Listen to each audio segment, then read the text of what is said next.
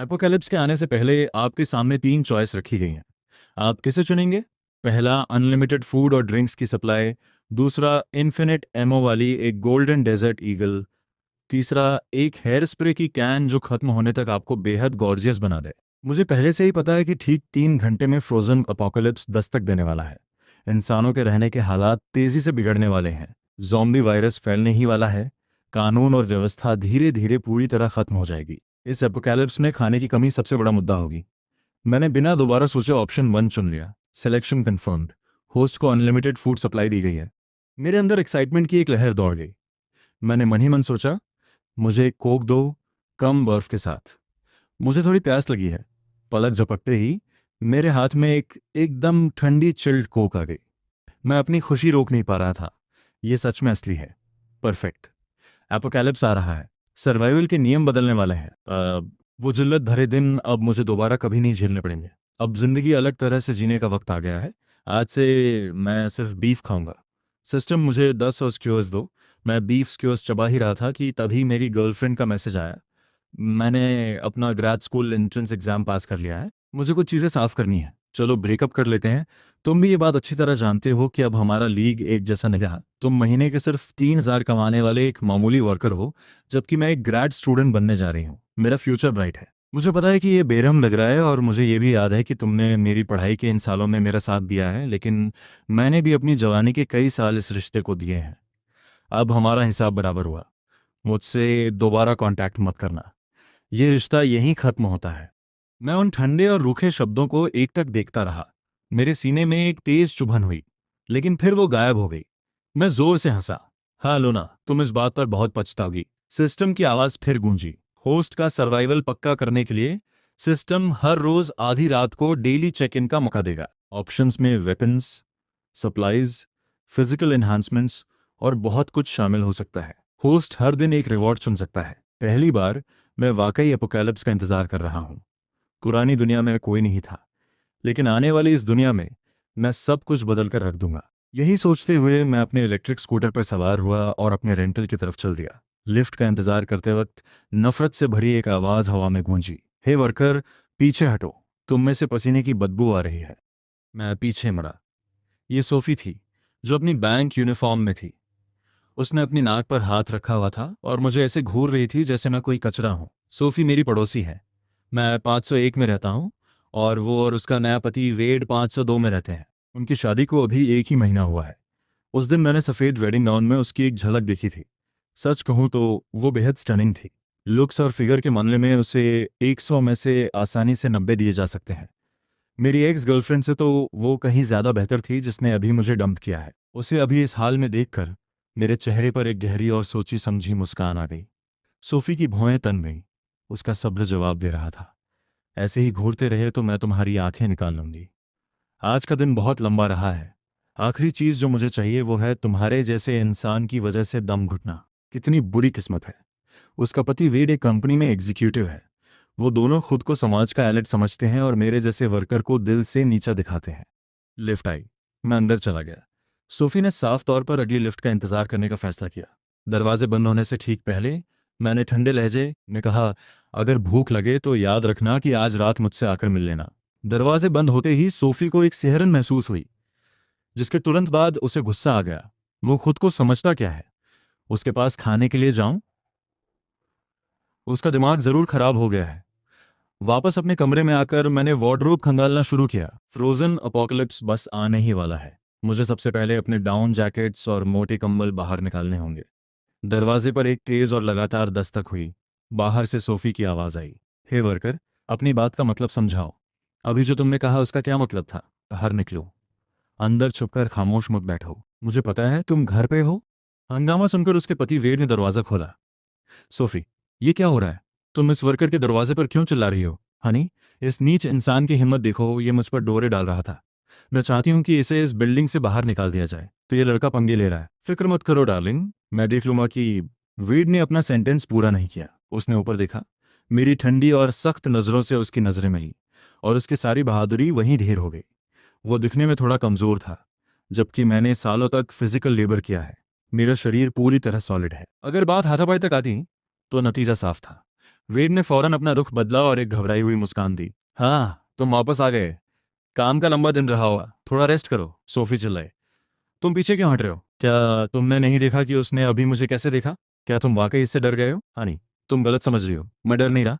हम समाज के एलिट लोग हैं, खुश और कामयाब। उसके लेवल के लोग हमेशा हमसे जलेंगे। फॉर्चुनेट पर्सन्स रिट्रीट प्रिंसिपल को याद करो। हम वो हैं जो बेहतर जिंदगी जी रहे हैं। ऐसे हालात में एक कदम पीछे हटना ही बेहतर होता है। मैंने अपने पास मौजूद हर मोटा कंबल बाहर निकाल लिया। मैंने दरवाजे और खिड़कियां सील कर दीं और खामोशी से एपोकैलिप्स के आने का इंतजार करने लगा। उस रात ठंडी हवा की एक लहर उस कमरे में दाखिल हुई जो कुछ देर पहले तक तप रहा था। आसमान से भारी ओले गिरने लगे, फिर बर्फ का जैसे पागलपन शुरू हो गया। वो किसी सैलाब की तरह गिरने लगी। महज 30 मिनट में टेम्परेचर 30 डिग्री से गिरकर सीधा शून्य पर आ गया और वो गिरता ही जा रहा था। उसी वक्त मेरे अंदर खुशी की एक लहर उठी। आधी रात। आज के डेली चेक इन रिवॉर्ड्स कुछ इस तरह है। पहला, स्पेशल मटेरियल से बने 10,000 थर्मल सूट्स जो -100 डिग्री सेंस की ताकत रखते हैं। दूसरा, एक वायरलेस बैटरी पैक जो सभी इलेक्ट्रॉनिक डिवाइसेस के साथ कॉम्पैटिबल है। तीसरा, एक 10,000 टेराबाइट की फ्लैश ड्राइव जिसमें आपकी पसंद की हर फिल्म, शो और वीडियो है। चौथा, एक खरबूजा जो इतना मीठा है कि आपको तुरंत डायबिटीज दे दे। थोड़ा सोचने के बाद मैंने ऑप्शन 1 चुना। टेम्परेचर बहुत तेजी से गिर रहा है, खुद को गर्म रखना सबसे पहली प्रायोरिटी है। लेकिन सच में क्या सिस्टम मजाक करने की कोशिश कर रहा है? लगातार 2 दिन से आखिरी ऑप्शन हमेशा एक जोक होता है। जैसे ही मेरा सिलेक्शन कंफर्म हुआ, मैंने अपना ध्यान लगाया और मेरे हाथों में एक ब्लैक थर्मल सूट आ गया। इसका फैब्रिक कुछ अलग ही था, प्योर कॉटन जैसा मुलायम और कश्मीरी वूल जैसी सिल्कनेस। मैंने इसे पहना और मेरी आंखें चमक उठीं। ये सिर्फ ठंड को रोकता ही नहीं था, बल्कि खुद गर्मी पैदा कर रहा था। यहाँ तक कि मेरा चेहरा, हाथ और पैर जो ढके हुए नहीं थे, उन्हें भी ठंड महसूस नहीं हो रही थी। ये बिल्कुल बसंत के दिन जैसा महसूस हो रहा था। खाना और गर्मी दोनों चीज़ें पक्की होने के बाद मैं खिड़की के पास बैठ गया और गिरती बर्फ को, शहर को चांदी के रंग में रंगते हुए देखने लगा। अचानक नीचे से एक चीख गूंजी। मैं खिड़की की तरफ भागा और नीचे झांका तो मैं सन्न रह गया। एक जवान लड़के का चेहरा एक दरार के साथ फट गया था और उसके शरीर के हर खुले हिस्से पर वैसे ही फ्रैक्चर हो गए थे। उसके आसपास मौजूद भीड़ घबराकर इधर उधर भागने लगी। 30 सेकंड से भी कम समय में उस आदमी की आंखें पूरी तरह खुल गईं और वो बेजान होकर जमीन पर गिर पड़ा, पत्थर जैसा ठंडा और मरा हुआ। और वो अकेला नहीं था। कुछ ही मिनटों में ज्यादा से ज्यादा लोगों की स्किन पर वही दरारें फैलने लगी। पूरी कॉम्प्लेक्स में अफरा तफरी मच गई। मैंने अपनी आंखें सिकोड़ी और पीड़ितों को गौर से देखा। उनमें से हर एक बर्फ में खेल रहा था। क्या बर्फ जहरीली हो सकती है? स्किन के कांटेक्ट में आने के 5 मिनट के भीतर दरारें आ जाती हैं और 30 सेकंड के अंदर मौत हो जाती है। सवाल यह है कि क्या ये टॉक्सिन एक इंसान से दूसरे इंसान में फैल सकता है? मैंने एक गहरी सांस ली। ये बहुत भयानक है। महज कुछ ही समय में नीचे 1 दर्जन से ज्यादा लोग मारे जा चुके थे। मैंने अपना फोन खोला। टॉक्सिक स्नो जैसे शब्द पहले से ही ट्रेंडिंग सर्च में छाए हुए थे। बिल्डिंग का ग्रुप चैट फट चुका था। क्या कोई वहां है? कोई बच्चों को बचाओ, इस दुनिया को क्या हो रहा है? ये सब बस कुछ वक्त के लिए है। मुझे पता है हमें बचा लिया जाएगा। क्या किसी के पास पानी या खाना है? मैं इसकी मुंह मांगी कीमत दूंगा। समझदार लोगों को अंदाजा होने लगा था। ये कोई ऐसी वैसी आपदा नहीं थी जो बस आई और चली जाएगी। बर्फ को गिरते हुए सिर्फ 1 घंटा हुआ था और वो पहले से ही आधा मीटर गहरी हो चुकी थी और उसके रुकने के कोई आसार नहीं थे। मैंने दरवाजे और खिड़कियां चेक की, ये पक्का किया कि बर्फ अंदर ना आए, और फिर आराम से लेट गया। अगली सुबह 8 बजे मैं ठीक वक्त पर जागा। मैं खिड़की की तरफ गया और बाहर देखा तो देखता ही रह गया। कल रात वाली लाशें पूरी तरह दफन हो चुकी थीं। बर्फ पहली मंजिल से ऊपर जा चुकी थी। टेम्परेचर गिरकर -30 तक पहुंच गया था। बस एक राहत की बात थी, बर्फ फिलहाल रुक गई थी। पता नहीं अगली लहर कब आएगी। मैंने घर के अंदर यूटिलिटीज चेक की। वहां कोई सरप्राइज नहीं था। पानी, बिजली और गैस सब बंद थे। सिर्फ ठंड ही अपने आप में काफ़ी खौफनाक थी और अब उसे पावर भी नहीं थी। इस तरह कड़ाके की ठंड में लोग सिर्फ डाउन जैकेट्स पहनकर उसे झेलने की कोशिश कर सकते हैं। और कितने लोग वाकई बच पाएंगे? आज बहुत से लोग शायद ठंड से मर जाएंगे। मुझे कोई फर्क नहीं पड़ रहा था। मैं अंदर हॉट पॉट खा रहा था, गर्म चाय की चुस्कियां ले रहा था और आराम से बिल्डिंग का ग्रुप चैट देख रहा था। तड़प भरी एक रात के बाद चैट में बहुत सी आवाज़ें खामोश हो गई थीं।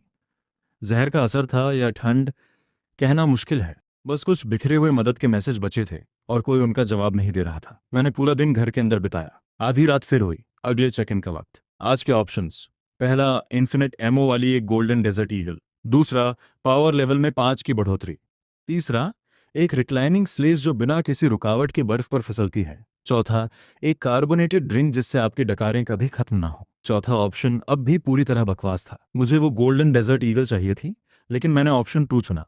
इन ऑप्शंस को देखकर लगता है कि रिवॉर्ड्स फ्यूचर चेक इन में दोबारा आ सकते हैं, तो कोई जल्दबाजी नहीं है। मैं इंतजार कर सकता हूं और जब वो दोबारा आएगी तब उसे चुन लूंगा। जहां तक पावर लेवल अपग्रेड की बात है, ये सुनने में काफी साई-फाई लग रहा था। जैसे ही सिलेक्शन कंफर्म हुआ, मेरे पूरे शरीर में ताकत की एक लहर दौड़ गई। मैंने डाइनिंग टेबल की सॉलिड लकड़ी पर एक मुक्का मारा। उसका कोना टुकड़ों में बिखर गया। मैं संतुष्ट था। इस अपग्रेड में सब कुछ शामिल था, स्ट्रेंथ, प्रिसिजन और कॉम्बैट के हर पहलू। और वो मुक्का, मेरे हाथ में दर्द तक नहीं हुआ। 3 और दिन गुजर गए। मैं अब भी बाहर नहीं गया था। बाहर बर्फ की लहरें कभी आती तो कभी रुक जाती। बर्फ के ढेर अब लगभग मेरी खिड़की तक पहुंच रहे थे। और आखिरकार गोल्डन डेजर्ट ईगल मेरे चेक इन में दोबारा आ गई। साथ ही एक पैसिव स्किल भी मिली जिससे हर शॉट एक परफेक्ट हिट होगा। तीसरे रिवॉर्ड के लिए मैंने कांस्टेंट हीट स्टोव चुना। ये कमल के फूल के आकार का है, इतना छोटा कि आपकी हथेली में आ जाए और उससे एक हल्की नीली रोशनी निकल रही थी। ना चार्जिंग, ना ईंधन। ये अपनी खुद की एंडलेस एनर्जी पर चलता है। इसे घर के अंदर रखो और ये 3 मीटर के दायरे में टेम्परेचर को 26 डिग्री पर बनाए रखता है। पेच क्या है, दीवारें इसके असर को रोक देती हैं।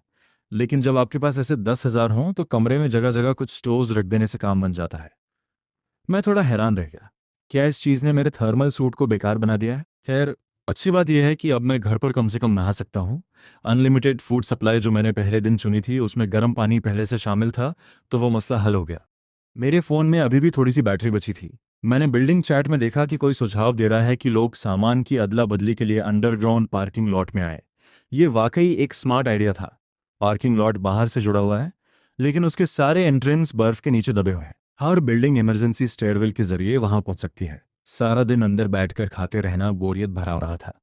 मैंने नीचे जाकर देखने का फैसला किया। अंडरग्राउंड पार्किंग लॉट खचाखच भरा था। मैंने एक रफ अंदाज़ा लगाया। पूरे कॉम्प्लेक्स में 15 बिल्डिंग्स और 3,700 से ज़्यादा रेसिडेंट्स हैं। सिर्फ 600 लोग ही आए हैं, जिसका मतलब है कि महज 5 दिनों में कॉम्प्लेक्स ने बहुत से लोगों को खो दिया है। हालांकि ये पूरी तस्वीर नहीं थी। बर्फ आधी रात को शुरू हुई थी, इसलिए ज़्यादातर लोगों ने उसे छुआ ही नहीं था। बहुत से परिवारों के पास शायद अभी भी घर पे स्टॉक होगा और उन्हें फिलहाल ट्रेडिंग की ज़रूरत नहीं होगी। बोतल बंद पानी के लिए फ़ोन, इंस्टेंट नूडल्स के लिए सिगरेट, बुखार की दवा के लिए चिकन लेग। ज़्यादातर लोग खाने और पानी के लिए सौदा कर रहे थे। कुछ लोग बीमार रिश्तेदारों के लिए दवाइयाँ हासिल करने की जी तोड़ कोशिश कर रहे थे। अचानक गिरे टेम्परेचर ने बहुत से लोगों को बीमार कर दिया था। ज़्यादातर बोतलबंद पानी पूरी तरह जम चुका था, लेकिन इंतज़ार करने पर वो पीने लायक पिघल जाता था। तभी मेरी नज़र वेड और सोफ़ी पर पड़ी। उनके सामने सोने और चांदी की ज्वेलरी रखी थी। ऐसा लग रहा था कि सोफ़ी ने सर्वाइव करने के लिए अपनी खुद की शादी की ज्वेलरी तक बाहर निकाल ली है। लेकिन एपोकैलिप्स के इन दिनों में हर कोई जानता था कि सोने और चांदी की अब कोई कीमत नहीं है। पुरानी दुनिया में पैसा आपको कहीं भी ले जा सकता था, पर इस दुनिया में कोई उन पर नज़र तक नहीं डाल रहा था, चाहे वो पैसे हों या सोना। सोफी ने नज़र उठाई और मुझे मुस्कुराते हुए अपनी तरफ देखते पाया। लिफ्ट में मैंने जो शब्द कहे थे वो उसके दिमाग में कौन गए। अगर भूख लगे तो याद रखना कि आज रात मुझसे आकर मिल लेना। क्या उसे पहले से पता था कि बर्फ आने वाली है? मैं उनके पास नहीं गया। मैं बस घूमता रहा। तभी मुझे एक औरत दिखी जो लुक्स और फिगर में सोफी जितनी ही शानदार थी, और मेरी आंखें चौंक उठीं। वो एक कोने में अकेली बैठी थी और उसके सामने डिज़ाइनर बैग्स और मेकअप के अलावा कुछ नहीं था। सोफी की ज्वेलरी की तरह ही उसे भी पूरी तरह इग्नोर किया जा रहा था। मैं अपने आसपास की बातें सुनते हुए उसे देखता रहा, जिससे मुझे कुछ काम की चीज़ें पता चली। पहली ये कि बर्फ़ का टॉक्सिन सिर्फ डायरेक्ट स्किन कांटेक्ट से फैलता है, ये हवा के जरिए नहीं फैलता। ये राहत की बात थी, वरना खिड़की खोलने की हिम्मत कौन करता। दूसरी ये कि किसी बहुत हताश इंसान ने यह पता लगा लिया था कि जब तक आपकी स्किन सीधे बर्फ़ को नहीं छूती, तब तक आप बर्फ़ के कम गहरे ढेरों के बीच से गुजर सकते हैं। दिक्कत यह है कि कॉम्प्लेक्स में बर्फ़ पहले से ही 3 मीटर से ज़्यादा गहरी हो चुकी है। कोई भी बाहर निकलकर सप्लाईज की तलाश नहीं कर सकता। कुछ लोग अपने घरों में मौजूद औजारों से गाड़ियों को जुगाड़ने की बातें कर रहे हैं, इस उम्मीद में कि शायद वो किसी तरह गाड़ी चलाकर बाहर निकल पाएंगे। मुझे लगता है ये उनकी कोरी कल्पना है। इतनी गहरी बर्फ में तो एक एक्सकावेटर को भी संघर्ष करना पड़ेगा, फिर एक रेगुलर कार की क्या बिसात। इससे बस ये पता चलता है कि लोग सप्लाईज के लिए कितने बेताब हो रहे हैं। लेकिन ये तीसरी जानकारी मुझे सोचने पर मजबूर कर देती है। टॉक्सिन की वजह से मारे गए हर इंसान के प्यूपिल्स ग्रे वाइट हो चुके हैं और हर एक लाश बड़ी अजीब और भयानक तरीके से मुड़ी हुई हालत में जमी हुई है। इन्हें देखना भी खौफनाक है। क्या होगा अगर ये सारी लाशें आगे चलकर ज़ॉम्बीज़ बन गईं? मैं इस बारे में जितना ज़्यादा सोचता हूँ, इसकी संभावना उतनी ही ज़्यादा लगती है। एक बार मौसम गर्म हुआ और ये जमी हुई लाशें पिघलने लगीं, तो इनके वापस जिंदा होने का असली खतरा पैदा हो जाएगा। ऐसा लगता है कि अब से जब भी फ्यूचर चेक-इन्स में कोई पावर लेवल अपग्रेड सामने आएगा, तो मुझे उसे बिना सोचे ले लेना चाहिए। मैं जितना ज़्यादा ताकतवर रहूँगा, मेरे सर्वाइवल की उम्मीदें उतनी ही बेहतर होंगी। तभी एक औरत मेरे पास सर कर आती है और फुसफुसाती है, हे हैंडसम, ये सब हाई एंड डिज़ाइनर बैग्स हैं। इन्हें खरीदने में बहुत पैसा खर्च हुआ है। क्या मैं इनके बदले कुछ खाना ले सकती हूँ? ये अब कचरा है। तुम्हारे पास कुछ और है जो वाकई काम आ सके? जूलिया के चेहरे पर हवाइयाँ उड़ने लगीं। उसे भी पता है कि इन डिज़ाइनर बैग्स की इस वक्त कोई कीमत नहीं है। हर कोई ठंड से ठिठुर रहा है और भूखा मर रहा है। फैशन के बारे में सोचने का वक्त किसके पास है? वो अकेली रहती है, उसका साथ देने वाला कोई नहीं है। इस बेरहम दुनिया में शायद उसके पास देने के लिए अब वो खुद ही बची है, लेकिन वो अभी उस हद तक जाने के लिए तैयार नहीं है। इसका क्या ख्याल है? जूलिया एक पल के लिए हिचकिचाई, फिर उसने अपनी जेब से एक काला प्लास्टिक बैग निकाला। मैंने उसे हाथ में लिया और फौरन उसका वजन महसूस किया। मैंने उसे खोलकर देखा तो अंदर हर साइज के पोर्टेबल चार्जर्स करीने से रखे थे। मुझे सामने तो हैंडसम कह रही है, पर अपने दिमाग में इसने मुझे सिर्फ एक चार्जिंग स्टेशन समझ रखा है। ये सब फुल चार्ज हैं, कभी भी इस्तेमाल के लिए तैयार। इन्हें वापस ले जाओ। मैंने बैग उसकी तरफ वापस उछाल दिया। मैं उसे सीधे मना करने ही वाला था, लेकिन फिर मैंने लॉन्ग गेम खेलने का फैसला किया। मैंने अपनी जेब में हाथ डाला और एक ब्रेड रोल बाहर निकाला। मैंने उसे धीरे से उसके चेहरे के सामने लहराया। तुम्हें खाना चाहिए तो मेरे घर आ जाना। मैंने एक पल के लिए उसकी आंखों में आंखें डालकर देखा, फिर मुड़ा और वहां से चल दिया। जूलिया ने दुविधा में अपने होंठ चबाए। किसी और जिंदगी में उसने शायद उस जैसे इंसान की तरफ मुड़कर देखा भी न होता, और आज देखो उसे उसके पास आने के लिए कहा जा रहा है। ये बात उसे अंदर ही अंदर जला रही थी, पर उसके पास चारा ही क्या था? उसके पास खाना है। मैं आगे बढ़ता रहा अपने अगले शिकार की तलाश में। 2 मिनट से भी कम समय में बिल्डिंग नंबर 7 की सीढ़ियों से 3 तगड़े आदमी बाहर निकले, जिनके हाथों में आंस काटने वाले क्लीवर्स थे। उनका लीडर ड्रेक था, जो मांस का एक बड़ा लोथड़ा जैसा दिखता था और उसके चेहरे पर दरिंदगी साफ लिखी थी। चलो लड़कों, हमला करो। उसने खुद सबसे नजदीकी स्टॉल पर धावा बोल दिया। दुकानदार एक 70 साल की बुजुर्ग महिला थी, जिसके मैट पर एल्डरली फॉर्मूला का सिर्फ एक कैन रखा था। ड्रेक ने एक झटके में उसे झपट लिया। इसे वापस दे दो, ये मेरा है। उस बूढ़ी औरत ने ड्रेक का हाथ पकड़ लिया। वो अपनी इकलौती चीज को वापस पाने के लिए बेताब थी। खाना हासिल करने के लिए उसके पास सौदा करने को बस वही एक चीज बची थी। ड्रेक की आंखों में एक ठंडी चमक कौन थी। उसने अपना क्लीवर ऊपर उठाया और उसे सीधे नीचे दे मारा। वो बूढ़ी औरत बिना कोई आवाज किए वहीं ढेर हो गई। उसने उसे मार डाला। कोई चिल्लाया, उसने उसे मार डाला। पूरी भीड़ में अफरा तफरी मच गई और लोग हर दिशा में भागने लगे। मुझे कोई फिक्र नहीं है। मैं पिछले चेक इन से फिजिकल एनहांसमेंट हासिल कर ली है। ये तीनों मेरे सामने कुछ भी नहीं है, लेकिन मेरा दखल देने का कोई इरादा नहीं है। मैं घबराई हुई भीड़ के साथ धीरे धीरे अपने घर की तरफ बढ़ने लगा। इतने दिनों के बाद आखिर अब कानून और व्यवस्था पूरी तरह चरमराने लगी है। जब बात सर्वाइवल पर आती है, तो इंसानियत और दया सब गायब हो जाती है। आज से ही इस तबाही की असली शुरुआत हो रही है। तुम लोग वहां खड़े क्या देख रहे हो? चलते रहो। ड्रैक दहाड़ा और उसके दोनों आदमियों की भी हिम्मत बढ़ गई। वो कुल्हाड़ियां चलाने लगे और जो कुछ भी हाथ लगा उसे छीनने लगे। जूलिया ने एक नजर देखा और अपने घर की तरफ भाग खड़ी हुई।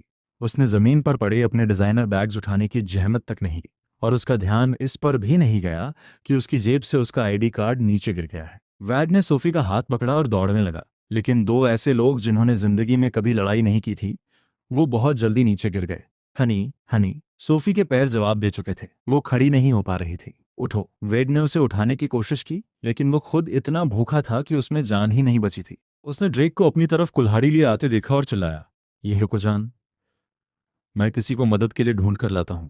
उसने उसका हाथ छोड़ा और भाग गया। एक बार पीछे मुड़कर भी नहीं देखा। सोफी सामने रह गई। उसे यकीन ही नहीं हुआ। उसने 1000 साल में भी नहीं सोचा था कि उसका नया पति उसे इस तरह लावारिस छोड़कर भाग जाएगा। जैसे जैसे ड्रेक उसके करीब आने लगा, वो फूट फूट कर रोने लगी। मैंने पास जाकर उसे खींचकर खड़ा किया। वो मेरे टारगेट्स में से एक है। उसे इतनी जल्दी गायब नहीं होने दे सकता। उसे मेरी पकड़ में ताकत महसूस हुई। सोफी ने ऊपर देखा। जब उसे पता चला कि वो मैं हूं, तो उसके सीने में कुछ हलचल हुई। दूसरी तरफ ड्रेक और उसके आदमी तब तक नहीं रुके जब तक सब वहां से भाग नहीं गए। उसके बाद ही वो थमे। उन दोनों गुंडों ने वहां जो कुछ बचा था उसे समेटा, जिससे उनके हाथ काफी सारा खाना लग गया। प्लान बहुत सिंपल था। बिना किसी चेतावनी के हमला करो, लोग डरकर भागेंगे और सब कुछ पीछे छोड़ देंगे, जो फिर उनका हो जाएगा। कयामत के वक्त में इंसानी फितरत ऐसी ही होती है। हर किसी को चोट लगने का डर है। एक इंसान ने भी पलटकर जवाब नहीं दिया। सिर्फ 3 आदमियों ने सैकड़ों लोगों को दहशत में डाल दिया। ड्रेक हिसाब लगाने लगा, जो उन्होंने आज लूटा है वो कुछ दिन चलेगा, उसके बाद चीज़ें मुश्किल हो जाएंगी। ये लोग शायद अब दोबारा नीचे आने की हिम्मत नहीं करेंगे। उसके बाद खाना हासिल करने का इकलौता तरीका कमरों में ज़बरदस्ती घुसना ही होगा। तभी उसका एक आदमी हाथ में एक आईडी कार्ड लिए दौड़ते हुए आया। बॉस देखो मुझे क्या मिला। ओह, और ये तो काफ़ी खूबसूरत है। आईडी की फ़ोटो झूठ नहीं बोलती। इसका नाम जूलिया है। बस ये नहीं पता कि वो कौन से यूनिट में रहती है। कोई जल्दी नहीं है, पहले खाना लेकर वापस चलते हैं। सोफ़ी को वापस लाने के बाद मैंने सीढ़ियों का दरवाज़ा ब्लॉक कर दिया और फिर अपने यूनिट बिल्डिंग 5 रूम नंबर 501 की तरफ चला गया। सोफ़ी को अपनी सुध तब आई जब उसने अपना खुद का दरवाज़ा देखा। उसने मेरा हाथ झटक दिया और अपने दरवाजे को ज़ोर ज़ोर से पीटने लगी। वेड, दरवाज़ा खोलो। तुम खुद को मर्द कहते हो? तुम भाग गए और अपनी बीवी को पीछे छोड़ दिया, और अब तुम्हारी इतनी हिम्मत कि तुमने दरवाज़ा अंदर से बंद कर लिया। उसकी आवाज़ फटने लगी थी। मैं मन ही मन मुस्कुराया, अपना दरवाज़ा खोला और फ्रेम से टेक लगाकर तमाशा देखने लगा। वेड जो अंदर थर थर काँप रहा था, उसने शोर सुना और दबे पाँव पीप होल तक आया। जब उसे यकीन हो गया कि बाहर सिर्फ हम दोनों हैं, तब जाकर उसकी हिम्मत हुई दरवाज़ा खोलने की। सोफ़ी, तुम ठीक हो, अंदर आओ, वो लोग वापस आ सकते हैं। तुम किस तरह के मर्द हो वेड? तुम्हारी उन कस्मों का क्या हुआ? जैसे ही खतरा आया तुमने मुझे छोड़ दिया और भाग गए। मैं ही अंधी थी जो तुमसे शादी की। मुझे वहां खड़ा देखते ही वेड का चेहरा गुस्से से काला पड़ गया। सोफी, मेरी बात सुनो। मैं डरा हुआ नहीं था। मैं किसी को मदद के लिए ढूंढने जा रहा था, पर कोई तैयार नहीं हुआ। मैं कुछ नहीं कर सकता था, इसलिए मैं वापस आया ताकि लड़ने के लिए कुछ उठा सकूं। मैं तुम्हें बचाने आ रहा था, तुम्हें मेरा यकीन करना होगा। तो फिर तुमने दरवाज़ा लॉक क्यों किया था? वेड के पास इसका कोई जवाब नहीं था। सोफी बोलती रही, हमारे पास घर में खाने पीने को कुछ नहीं बचा है। मैंने वहां अपना सोने का कंगन भी खो दिया। अब हम क्या करेंगे? मैं अभी बहुत जवान हूं। क्या मैं तुम्हारे साथ भूखी मर जाऊंगी? वो जितना बोल रही थी, हालात उतने ही हताश लग रहे थे। वो सुबकने लगी। सोफी ने अपनी जिंदगी में खुद को कभी इतना लाचार महसूस नहीं किया था। वेड भी उतना ही परेशान था। सोशल एलीट होने और साल के लाखों कमाने की उसकी तमाम बातें इस मंजर के सामने पूरी तरह बेकार थीं। अचानक वेड की नज़रें मुझ पर पड़ी। मैं अभी भी उन्हें देख रहा था और उसके दिमाग में कुछ कौंधा। ये लड़का इतना हट्टा कट्टा क्यों लग रहा है? इसके चेहरे पर भूख का नामो निशान तक नहीं है। ए भाई, क्या तुम्हारे घर में खाना है? हाँ, बहुत सारा है। ये तो बहुत अच्छी बात है। क्या तुम हमारे साथ थोड़ा शेयर कर सकते हो? बिल्कुल नहीं। मैंने अपनी जेब से कोका कोला का एक कैन निकाला, उसे खोला, एक लंबी घूंट भरी और एक संतुष्टि भरी डकार ली। कड़ाके की ठंड में भी बर्फ जैसी ठंडी कोक का मजा ही कुछ और है। वैड और सोफी को देखकर लग रहा था कि उनका खून खौल उठा है। उन्हें देखकर मुझे वाकई हंसी आ रही थी। क़यामत से पहले तुम मुझे घास तक नहीं डालते थे और अब मैं तुम्हारी पहुंच से बाहर हूं। वेड ने जबरदस्ती एक चापलूसी भरी मुस्कान दी। आखिर हम पड़ोसी हैं। पड़ोसी तो दूर के रिश्तेदारों से भी बढ़कर होते हैं। हमारे साथ थोड़ा शेयर कर लो और जैसे ये सब खत्म होगा, मैं तुम्हें अपनी कंपनी में नौकरी दिला दूंगा। 6,000 महीना? नहीं, 8,000। ये सुनकर तो मेरी हंसी छूट गई। इस आदमी को अब तक समझ नहीं आया कि हकीकत क्या है। मैंने फ्राइड चिकन का एक टुकड़ा निकाला और एक बाइट ली। कोक के साथ फ्राइड चिकन का कोई मुकाबला नहीं। वो दोनों पत्थर बन गए। उनकी आंखें मेरे हाथ में मौजूद चिकन पर गड़ी थीं। सोफी ने कोशिश की, क्या हम इसे खरीद सकते हैं? हम पैसे देंगे। क्या तुम्हें अंदाजा भी है कि बाहर अभी क्या हालात हैं? तो फिर तुम्हें क्या चाहिए कि तुम हमें कुछ खाने को दे सको? मेरी नज़रें धीरे से घूमी और सोफी पर जाकर टिक गईं। सौदा ये है, मेरा घर काफ़ी बिखरा हुआ है। मुझे किसी की ज़रूरत है जो इसका ख्याल रख सके। मैं तुम्हें अपनी मेड के तौर पर काम पर रखने के लिए तैयार हूँ। सुबह 8 बजे से रात 8 बजे तक मेरी रोज़मर्रा की ज़रूरतों का ख्याल रखना। जहाँ तक पेमेंट की बात है, तो दिन में 3 वक्त का खाना, साथ ही घर ले जाने के लिए रोज़ एक ब्रेड रोल और एक पानी की बोतल। क्या कहती हो? तुम्हारी हिम्मत कैसे हुई? मैं तुम्हारा घर क्यों साफ करूंगी? मैं इस समाज के एलीट क्लास से हूँ। तुम एक डिलीवरी बॉय हो। तुम चाहते हो कि मैं तुम्हारी मेड बनूं? मजाक कर रहे हो? बिल्कुल नहीं। क्या होगा अगर मैं भी मदद करूं? हम दोनों मिलकर सफाई करेंगे। गारंटी है कि घर चमक जाएगा। दूसरे मर्दों के लिए मेरे घर में जगह नहीं है। ठीक है, जैसी तुम्हारी मर्जी। मैंने दरवाज़ा बंद कर दिया। मेरे पास खाना है, पीना है और गर्माहट है। मैं जितना चाहे इंतज़ार कर सकता हूँ। उस शाम मेरा हॉट पॉट खाने का मन हुआ। मैं बीफ, लैम्ब, क्रॉफिश सब तैयार किया।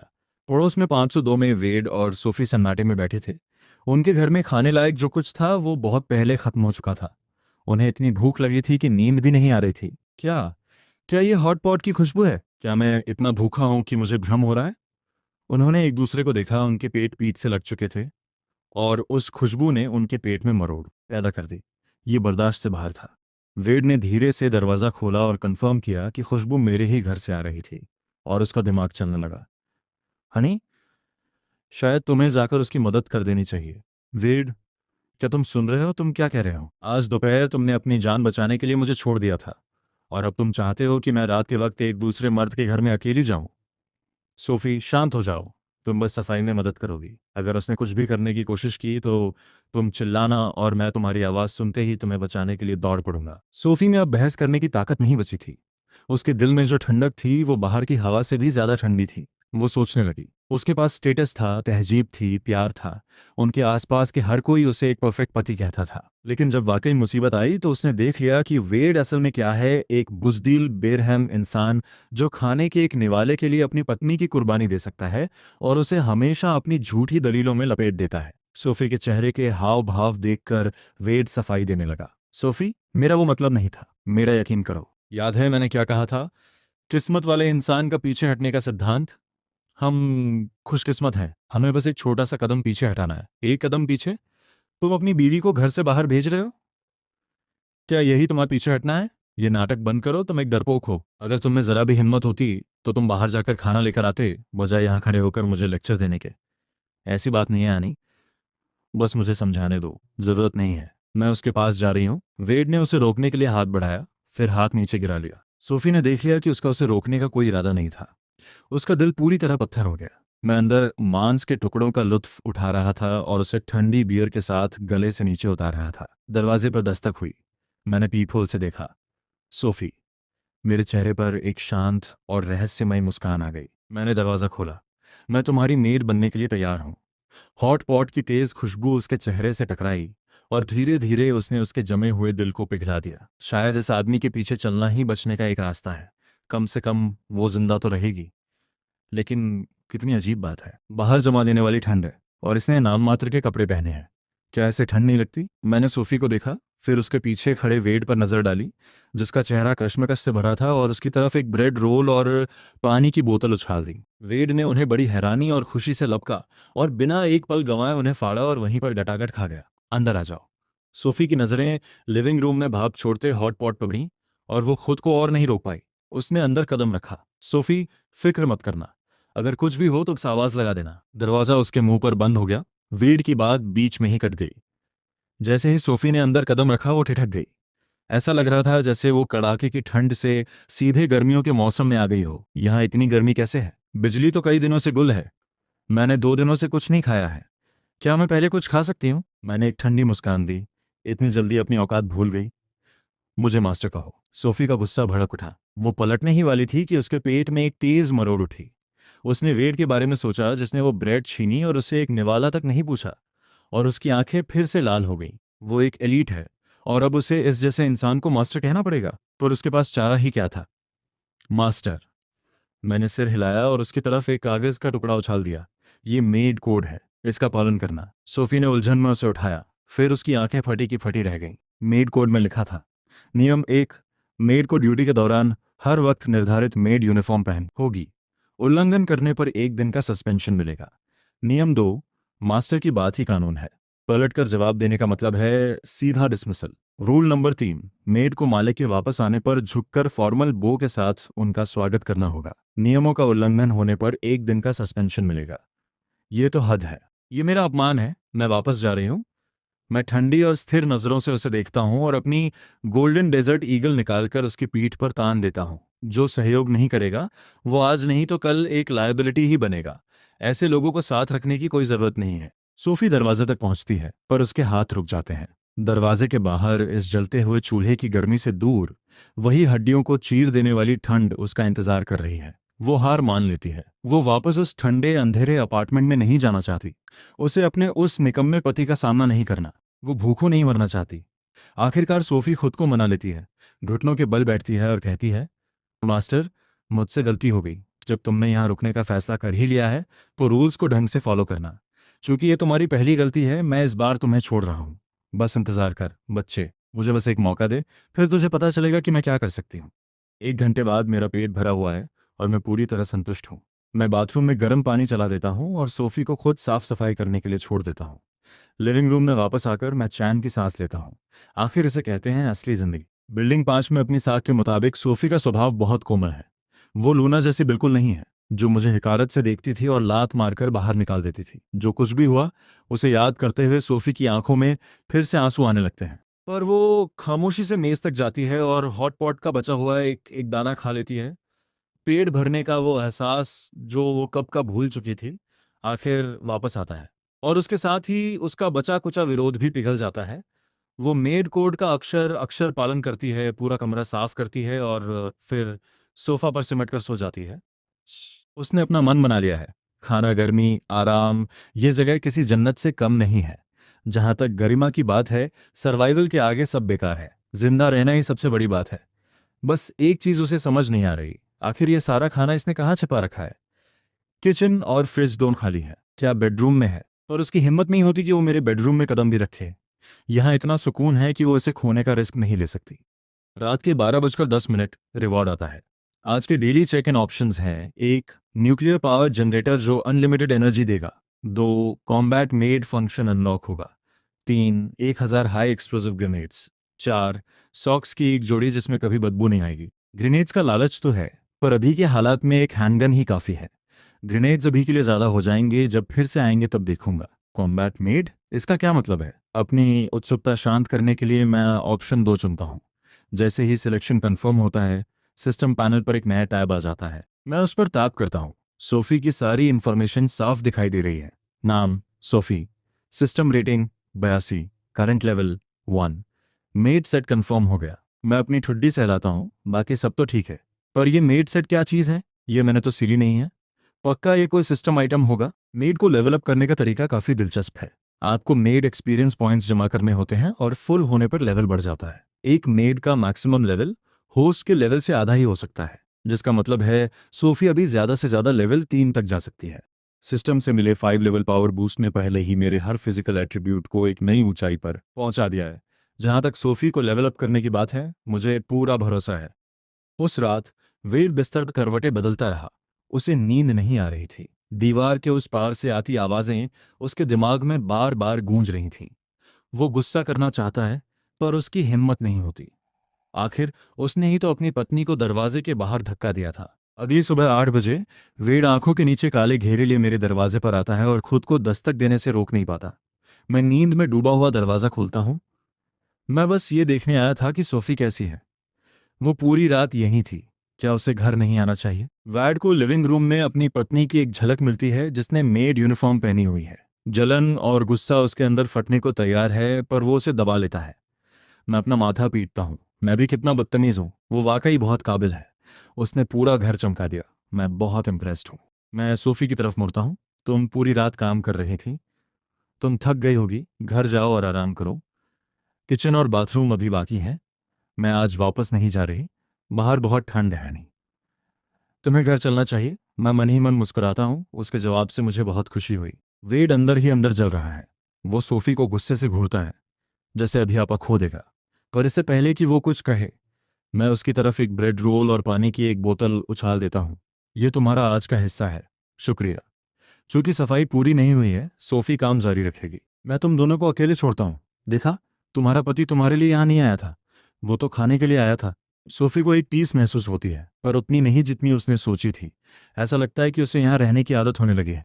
वेड ठंडी नफरत के साथ अपने अपार्टमेंट में लौटता है। सोफी ने अभी जो किया वो बर्दाश्त के बाहर है। शर्त लगा लो, वो शुरू से ही वहां जाना चाहती थी। मुझे किसी भी तरह इस सारे खाने पर कब्जा करना होगा। बिल्डिंग 5 की इमरजेंसी सीढ़ियों पर बिल्डिंग के कई सर्वाइवर्स इकट्ठा हुए हैं। वेड चारों ओर देखता है और उसके मन में एक सिहरन दौड़ जाती है। पूरी बिल्डिंग में 100 से भी कम सर्वाइवर्स बचे हैं। बाकी सब या तो ठंड से जम गए, भूख से मर गए, या टॉक्सिन ने उनकी जान ले ली। सुनो सब, हालात बहुत खराब है।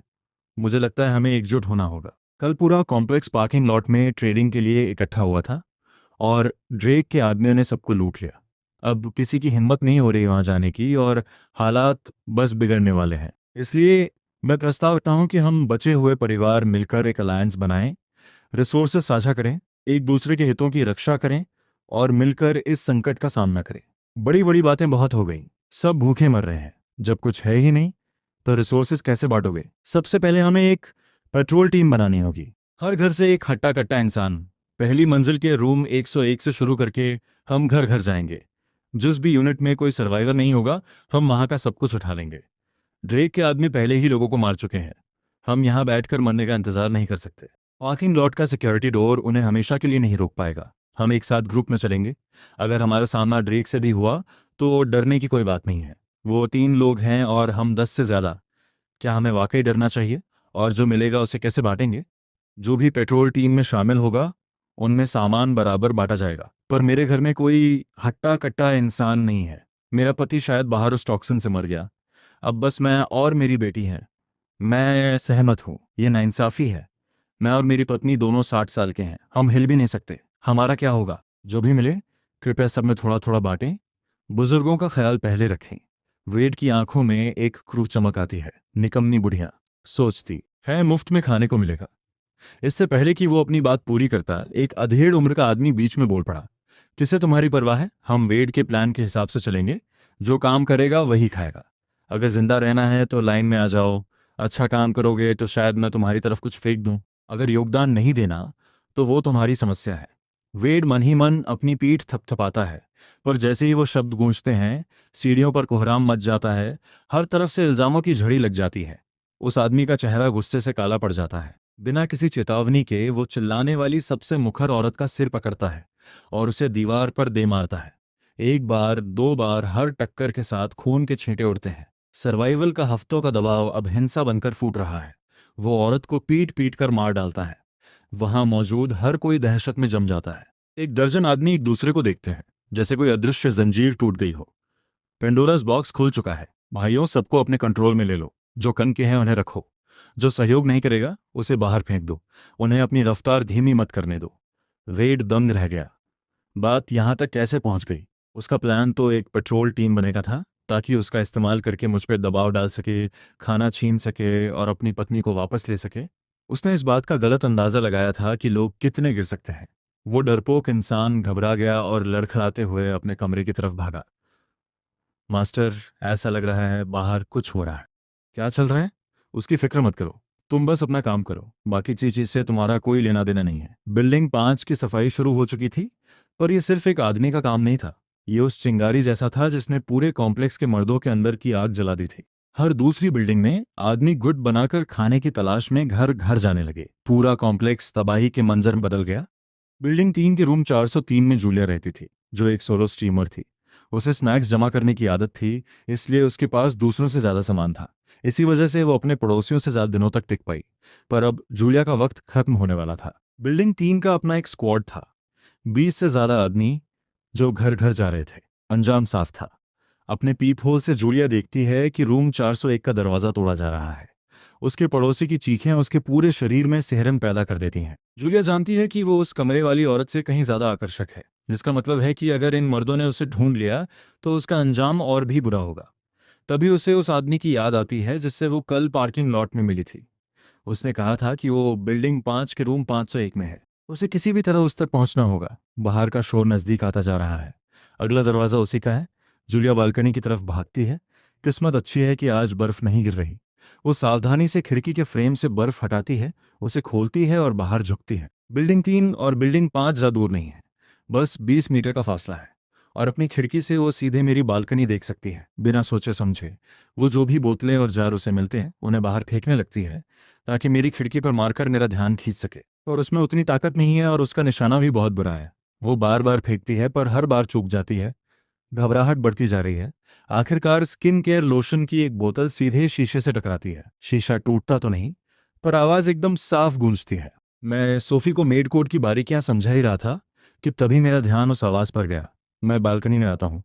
मैं तेवर चढ़ाकर बाहर देखता हूँ और जूलिया को पागलों की तरह हाथ हिलाते हुए पाता हूँ। मुझे बचा लो, वो लोग अंदर घुस रहे हैं। क्या मैंने अभी किसी औरत की आवाज सुनी? 401 में मौजूद एक आदमी हैरान होकर सीधा खड़ा होता है। सोफे पर मुंह में सिगरेट दबाए एक तगड़ा आदमी गलियारे की तरफ अपनी भारी नजरें घुमाता है। बॉस, आवाज इसी फ्लोर से आ रही है। उस आदमी का नाम लियो है, बिल्डिंग 3 का बेताज बादशाह। आवाज 403 से आई है। वहां एक औरत है। लियो हाथ के इशारे से सब कुछ 403 की तरफ ले जाता है। तुरंत दरवाजे पर दस्तक होती है। जूलिया का डर चरम पर है। वो बेबसी में मुझे पुकारती है, वो आ गए, प्लीज। मैं हाथ बांधे बिल्कुल बेफिक्र होकर हल्की मुस्कान देता हूँ। तुम्हें बचा लूँ? क्या तुम्हें अंदाज़ा है कि इसकी तुम्हें क्या कीमत चुकानी होगी? जूलिया सुन्न हो जाती है। उसकी आंखें पहले ही लाल हो चुकी हैं। अगर तुम मुझे बचा लोगे तो मैं तुम्हारी गर्लफ्रेंड बन जाऊंगी, कुछ भी करूंगी। मुझे गर्लफ्रेंड नहीं चाहिए। जूलिया अवाक रह जाती है। उसी पल सोफी अपनी कस्टम मेड यूनिफॉर्म पहने धीरे से मेरे पास आकर खड़ी हो जाती है। ये नज़ारा जूलिया को पूरी तरह चौंका देता है। वो सोफी के कपड़ों को हैरानी से देखती रह जाती है। क्या इसे ठंड नहीं लग रही? क्या ये कोई सुपर ह्यूमन है? मैं जूलिया की तरफ देखता हूँ। मैं तुम्हें बचा सकता हूँ, बस शर्तें वही होंगी जो इसके लिए हैं। उसी समय दरवाज़ा तोड़ दिया जाता है। लियो अपने आदमियों के साथ अंदर घुसता है और तुरंत जूलिया को बालकनी से बेबसी में बाहर झांकते हुए देख लेता है। पीछे हटो, शांत हो जाओ। मैं पक्का करूंगा कि ये लोग तुम्हारा अच्छे से ख्याल रखें। मुझे मंजूर है। तुम जो कहोगे मैं वो करूंगी, बिल्कुल इसकी तरह। मैं तैयार हूं। इस आदमी के साथ रहकर उसे सिर्फ एक शख्स को झेलना होगा। अगर वो उन मर्दों के हाथ लग गई तो पता नहीं कितनों का सामना करना पड़ेगा। लियो अपनी तेवर चढ़ाते हुए जूलिया की तरफ बढ़ता है। तुम किसे बुला रही हो? उसका हाथ उस तक पहुंचता उससे पहले ही वो चौंक कर ऊपर देखता है। सामने वाली बिल्डिंग में एक जवान लड़का खिड़की की मुंह पर चढ़ गया है, जैसे कूदने के लिए तैयार हो। अगले ही पल बूम, मैं छलांग लगाता हूँ। दोनों बिल्डिंग्स के बीच की खाली जगह को चीरते हुए सीधा 403 की बालकनी पर लैंड करता हूँ। लियो का मुंह खुला का खुला रह जाता है। तभी मेरा 10 नंबर का जूता सीधे उसके चेहरे पर जाकर लगता है। उस वार की ताकत उसे हवा में उछाल देती है और वो अपने पीछे खड़े आदमियों से जा टकराता है। कईयों को साथ लेकर गिरता है। मैं संभल कर खड़ा होता हूँ और सच कहूँ तो मैं खुद भी थोड़ा हैरान हूँ।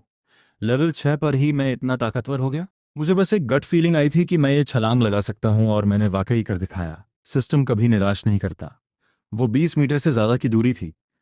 मैं तो लगभग उड़ रहा हूँ। जूलिया का दिमाग सुन्न हो चुका है। वो बस हक्की बक्की होकर मुझे घूरती रह जाती है। तुम यहाँ तक पहुंचे कैसे? लियो खुद को ऊपर खींचते हुए मेरी तरफ देखता है। उसकी आंखों में साफ डर दिख रहा है, लेकिन फिर वो अपने आदमियों को गिनता है। 20 से ज्यादा लोग, सबके पास धारदार हथियार हैं। उसका खोया हुआ कॉन्फिडेंस वापस लौट आता है। किड, हीरो बनने चले हो? जरा हमारी गिनती तो देखो। घुटनों पर बैठ जाओ और सरेंडर कर दो। उसके इशारा करते ही सब अपनी चापड़ और किचन के चाकू निकाल लेते हैं और हमला करने के लिए तैयार हो जाते हैं। परफेक्ट टाइमिंग है। देखते हैं कि मैं असल में कितना ताकतवर हूं। मैं एक खूंखार मुस्कान के साथ अपने होठों का कोना चाटता हूं, अपनी गन जेब में रखता हूं और पास खड़े आदमी के मुंह पर अपना मुक्का जड़ देता हूं। लियो का मुंह खुला का खुला रह जाता है। ये कोई मामूली इंसान नहीं है। ये डिस्ट्रक्टिव पावर तो बिल्कुल ऑफ द चार्ट्स है। जूलिया की आंखों के सामने अंधेरा छा जाता है और वो बेहोश होकर गिर पड़ती है। एक पल के लिए तो मैं भी अपने मुक्के को हैरानी से देखता हूँ। फिर मैं जमीन पर गिरी हुई चापड़ उठाता हूँ और उन सबको एक ठंडी मुस्कान देता हूँ। जेंटलमैन, डिलीवरी आ गई है। अब आप सबको विदा करने का वक्त आ गया है। मेरी आवाज़ किसी शैतान की फुसफुसाहट जैसी लगती है। कोई जोर से चिल्लाता है और वो पूरी भीड़ भगदड़ मचाते हुए दरवाजे की तरफ भागती है।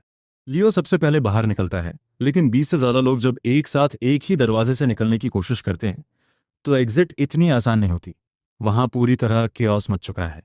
मैं छोटी मोटी बातों की परवाह नहीं करता। मुश्किल से आधे लोग ही बाहर निकल पाते हैं। मैं 403 से बाहर निकलकर खाली गलियारे में आता हूं और वो टूटी हुई चापड़ एक तरफ फेंक देता हूं। 401 का दरवाजा पूरा खुला हुआ है। एक औरत जो अपनी आखिरी सांसें गिन रही है घिसटते हुए दरवाजे तक आती है और मुझे पुकारने की कोशिश करती है। मैं एक नज़र डालता हूँ। वो 30 या 40 साल की रही होगी, लेकिन अब वो मौत के दरवाजे पर खड़ी है। शायद ये उसके होश व हवास के आखिरी पल हैं। प्लीज़, मेरी बेटी। वो मेरी तरफ देखती है। उसकी आंखों में उम्मीद की एक आखिरी किरण है। मुझे कोई इंटरेस्ट नहीं है। मैं जाने के लिए मुड़ता हूँ। उसकी आंखों की चमक बुझ जाती है। वो अपना सिर उठाती है और फिर उसका सिर जोर से फर्श पर गिरता है। उसकी जान निकल रही है, लेकिन उसके मुंह से निकले आखिरी शब्द मुझे रुकने पर मजबूर कर देते हैं। चोंगचेंग इंस्टीट्यूट ऑफ टेक्नोलॉजी। वो अपनी बात पूरी नहीं कर पाती। वो जा चुकी है। चोंगचेंग इंस्टीट्यूट ऑफ टेक्नोलॉजी। मैं अपनी आंखें सिकोड़ता हूँ। अब बात मेरे काम की है, क्योंकि मेरी एक्स गर्लफ्रेंड लिली उसी स्कूल में थी। मैं एक पल के लिए उस औरत की लाश को देखता हूँ, एक ठंडी आ भरता हूँ और उसके अपार्टमेंट के अंदर कदम रखता हूँ। उसका पति पहले ही मर चुका है।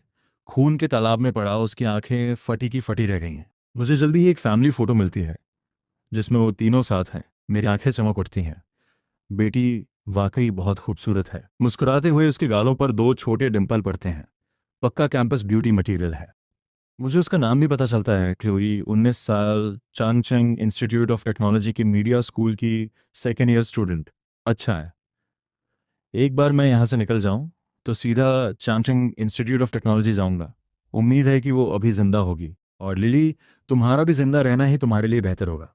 मैं क्लोई की फोटो जेब में रखता हूँ, वापस 403 जाता हूँ और जूलिया को जगाता हूँ। जूलिया की आंखें खुलती हैं और सबसे पहले उसे मैं दिखता हूँ, खून से लथपथ, एक ऐसे नज़ारे के बीच जो किसी नरक जैसा लग रहा है। चिल्लाना मत, बहुत शोर होता है। ये सुनकर जूलिया पूरी तरह होश में आ जाती है। वो फटी आंखों से मुझे देखती है, उसका पूरा शरीर कांप रहा है। चलो हम वापस जा रहे हैं, मैं उठता हूँ और दरवाजे की तरफ बढ़ता हूँ। जूलिया कमरे में लाशों को देखकर घबरा जाती है, उसका जी मचलाने लगता है और उसके पैर जवाब दे देते हैं। लेकिन मैं पहले ही बाहर निकल चुका हूँ और अकेले छूट जाने के डर से वो हाथों पैरों के बल रेंगते हुए पीछे आने लगती है।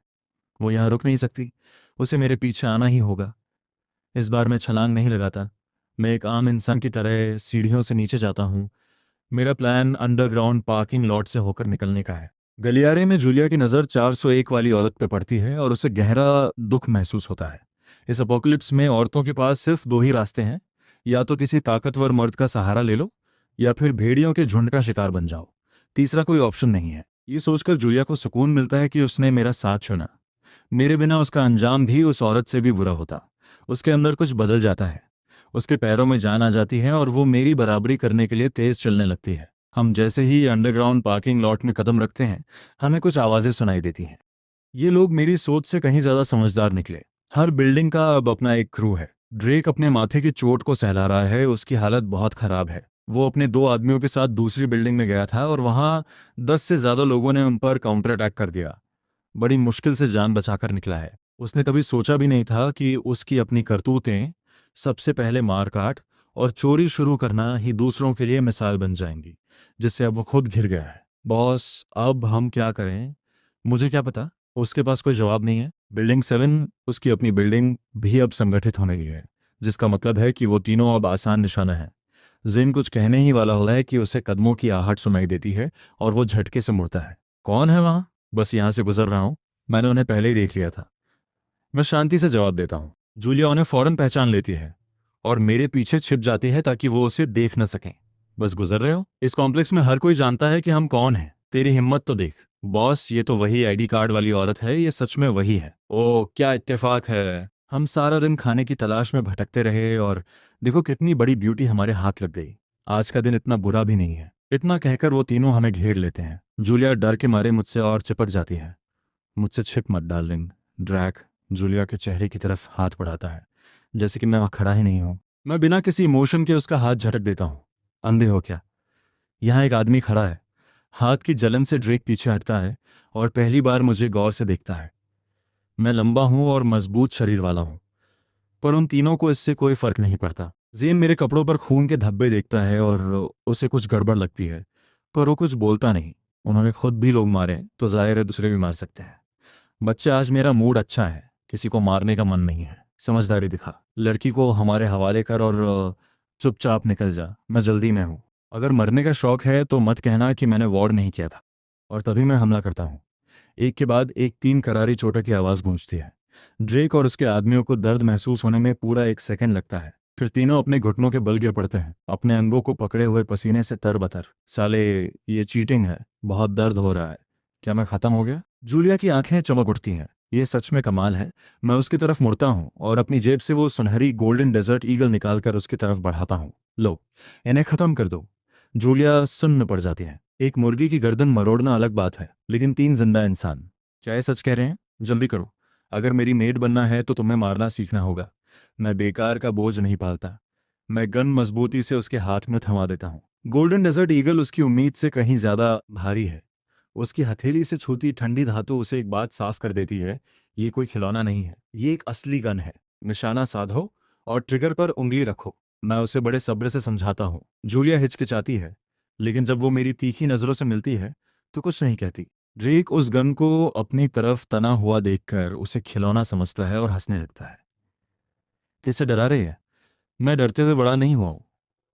तेरा चेहरा याद रखूंगा। हिम्मत है तो चला गोली, वरना मैं तुझे ऐसा मजा चखाऊंगा कि तू याद रखेगी। जूलिया चौंक जाती है और अचानक उसका डर खत्म हो जाता है। उसकी जगह गुस्से की एक लहर दौड़ पड़ती है। मैं उसके कान में फुसफुसाता हूँ, ये कचरा है, ट्रिगर दबा दो। जूलिया अपना जबड़ा इतनी जोर से भींचती है कि उसके होंठ से खून निकलने लगता है। वो गुस्से में है, लेकिन जब किसी इंसान पर गोली चलाने की बात आती है तो वो फिर से झिझकती है। हाँ, चलाना नहीं कर सकती ना? डरो मत, मेरे पास भी एक गन है। मैं दिखाऊंगा कि ये असल में कैसे किया जाता है। तभी जूलिया की उंगली हिलती है, वो ट्रिगर दबा देती है। गोली की आवाज पूरे पार्किंग लॉट में गूंज उठती है। मौके पर ही ड्रेक का सिर उड़ जाता है। जैन और दूसरा आदमी दहशत में आ जाते हैं। वो अपना दर्द भूलकर अपनी जान बचाने के लिए रेंगते हुए भागने की कोशिश करते हैं। जूलिया अपने सामने पड़ी लाश को देखती है। उसके हाथ बुरी तरह कांप रहे हैं। फिर उसे 401 वाली वो औरत याद आती है, जिसके पास लड़ने की कोई ताकत नहीं थी और जिसे मर्दों के एक झुंड ने तड़पा तड़पा कर मार डाला। उसके सामने खड़े इस आदमी ने उसे मुकाबला करने की ताकत दी है। उसे इसे जल्दी ही इस्तेमाल करना सीखना होगा, वरना उसका अंजाम भी उस औरत जैसा ही होगा। जूलिया का दिमाग तेजी से काम करने लगता है। वो तुरंत जेन के पीछे जाती है, गन उठाती है और गोली चला देती है। जेन अपनी जान बचाने के लिए रेंग रहा है, लेकिन गोली उसकी जांघ में लगती है। वो दर्द से तड़प उठता है। मुझे मत मारो। जूलिया दोबारा गोली चलाती है। जेन हमेशा के लिए शांत हो जाता है। बस बहुत है, वो मर गया। मैं अपनी मंजूरी में सिर हिलाता हूं और गन वापस ले लेता हूं। जब जूलिया को एहसास होता है कि उसने क्या किया है तो उसके पेट में मरोड़ उठने लगती है। वो दूसरी तरफ मुड़कर जोर जोर से उल्टियां करने लगती है। मैं आखिरी बचे हुए गुर्गे के पास जाता हूँ। बड़े भाई नहीं, प्लीज़ सर, मुझे मत मारिए। मैं सरेंडर करता हूँ। आप जो कहेंगे मैं वो करूँगा। बस मेरी जान बख्श दीजिए। काफ़ी देर बाद जब जूलिया का पेट खाली हो जाता है, वो लाल आंखों के साथ मेरे सामने आकर खड़ी होती है। वो कुछ कहना चाहती है पर शब्द नहीं मिल रहे। चलो घर चलते हैं। मैं मुड़कर बिल्डिंग 5 की तरफ चल देता हूँ। जूलिया जमीन पर पड़ी लाशों को देखती है और उन लोगों को भी जिन्हें ड्रेक ने एक दिन पहले मारा था। उसके अंदर कुछ पक्का हो जाता है। मुझे हर हाल में जिंदा रहना है। ड्रेक के बाकी आदमी कहीं नजर नहीं थे। हमारा उनसे सामना नहीं होता। जैसे ही हम वापस पहुंचते हैं, जूलिया ठिठक कर रुक जाती है। डाइनिंग टेबल हर तरह की सी फूड और बियर से भरी हुई है और एक तरफ गर्मागर्म चावल का बर्तन रखा है। अपार्टमेंट एकदम साफ सुथरा है, जिसमें तंबाकू और हल्की सी खुशबू घुली हुई है। सबसे जरूरी बात, यहाँ बहुत सुकून भरी गर्माहट है। सोफी मुझे अंदर आते देख तुरंत आगे बढ़ती है और झुककर सलाम करती है। Welcome home master. जूलिया पहली बार सोफी का चेहरा गौर से देखती है और दंग रह जाती है। वो बहुत खूबसूरत है। ये नई मेड है। इसे यहाँ के रूल समझा दो। मैं नहीं चाहता कि तुम दोनों में से कोई भी गलती करे। इतना कहकर मैं टेबल पर बैठता हूँ और खाना शुरू करता हूँ। जी मास्टर। सोफी जूलिया की तरफ मुड़ती है और वही उसे देखकर हैरान रह जाती है। वो बला की खूबसूरत है। उसके फिगर और अंदाज सोफी से भी बेहतर है। एक पल में ही सोफी के मन में एक खतरे की घंटी बजती है। उसे अभी अपनी अथॉरिटी दिखानी होगी, इससे पहले कि ये औरत मास्टर का साथ ध्यान अपनी तरफ खींच ले। मेरे पीछे आओ, पहले बाथरूम चलो, खुद को साफ करो। और इसी के साथ सोफी घुटनों के बल रेंगते हुए बाथरूम की तरफ बढ़ती है। जूलिया वहां हैरान खड़ी रहती है और उसके पीछे जाने के लिए 2 कदम चलती है, लेकिन सोफी रुकती है और उसे एक तीखी नजर से देखती है। जैसे ही तुमने दरवाजे के अंदर कदम रखा, तुम मास्टर की मेड बन गई। Made code rule number 1, master की इजाजत के बिना न खड़े होना है, न ही चलना है। जूलिया सोफी के अंदाज से सहम जाती है और उसका मन करता है कि वो तुरंत बाहर भाग जाए, लेकिन अभी अभी जो हुआ उसकी याद और मेरे हाथ में मौजूद गन उसे तुरंत घुटनों पर ले आती है। वो बिल्कुल सोफी की तरह रेंगने लगती है। मैं बैठकर वो मैंटी श्रिम्प खाता हूँ जो सोफी ने मेरे लिए पहले ही छील कर रखी थी, और इत्मीनान से सिर हिलाता हूँ। वो बहुत जल्दी ढल रही है, आखिर एलीट बैकग्राउंड से जो है। नए रोल में एडजस्ट करने की उसकी ये काबिलियत तारीफ के काबिल है। बाथरूम में सोफी सावधानी से जूलिया को नहलाती है। दोनों में से कोई कुछ नहीं बोलता। इस कमरे में सब कुछ इतना परफेक्ट क्यों है? वो सवाल मत पूछो जिनका तुम्हें हक नहीं है। हर वक्त मास्टर के लिए दिल में इज्जत रखो, वरना तुम्हें पता भी नहीं चलेगा कि तुम कब मर गई। जूलिया खामोश हो जाती है। वो सोच भी नहीं सकती कि सोफी यहां तक पहुंचने के लिए किस दौर से गुजरी होगी। सोफी जूलिया के शरीर को देखती है और उसके मन में बेचैनी और बढ़ जाती है। अनजाने में ही उसके हाथ थोड़े और सख्त हो जाते हैं। तुम्हें क्या लगता है कोई हमें बचाने आएगा? ये बात दोबारा कभी मत कहना। मास्टर को पाना ही हमारे लिए सबसे बड़ा रेस्क्यू है। क्या तुम्हें अब तक समझ नहीं आया? हमारे जैसी औरतों का क्या हाल होता है उनके बिना, अंदाजा है तुम्हें? आधे घंटे बाद जूलिया सोफी के पीछे पीछे बाहर आती है। मैंने अभी खाना खत्म किया है। मैं एक पूरा लॉबस्टर उठाता हूँ और जूलिया के सामने रख देता हूँ। आज अच्छा काम किया। जूलिया उसे देखती है। उसके मन में कई तरह के ख्याल आ रहे हैं। इस तबाही के बीच एक गर्मा गर्म लॉबस्टर, ये तो लग्जरी से भी ऊपर की बात है। मैं उसकी तरफ देखकर मुस्कुराता हूँ। मैं अपने सिस्टम पैनल पे एक नज़र डालता हूँ और सुकून से सिर हिलाता हूँ। ऐसा लगता है कि एक स्ट्रीमर सिर्फ ब्यूटी फिल्टर और कैमरा एंगल्स तक ही सीमित नहीं होती, उसमें वाकई दम है। पूरे कॉम्प्लेक्स की हालत खराब होती जा रही है। हर बिल्डिंग का अब अपना एक फ्लोर बॉस है। जुल्म करने वाले गिरोह बन चुके हैं जो बिल्कुल ऑर्गेनाइज्ड क्राइम की तरह काम कर रहे हैं। हर किसी ने अपनी बिल्डिंग को पूरी तरह लॉक कर दिया है। बर्फ इतनी गहरी है कि ऊपर से गिरने पर चोट नहीं लगती, लेकिन लोग उस बर्फ में धंस जाते हैं और या तो दम घुटने से या ठंड से धीरे धीरे मर जाते हैं। चीखें और रोने की आवाजें थमने का नाम नहीं ले रही, जो बचे हुए लोगों की हिम्मत तोड़ रही हैं। इस बीच लियो एक कमरे में एक दर्जन से ज्यादा आदमियों को इकट्ठा करता है। हमारे पास जो सामान है उसके अलावा अब 20 से ज्यादा लोग हैं जो काम कर सकते हैं। अगला कदम हम अपने प्लान के मुताबिक बढ़ाएंगे।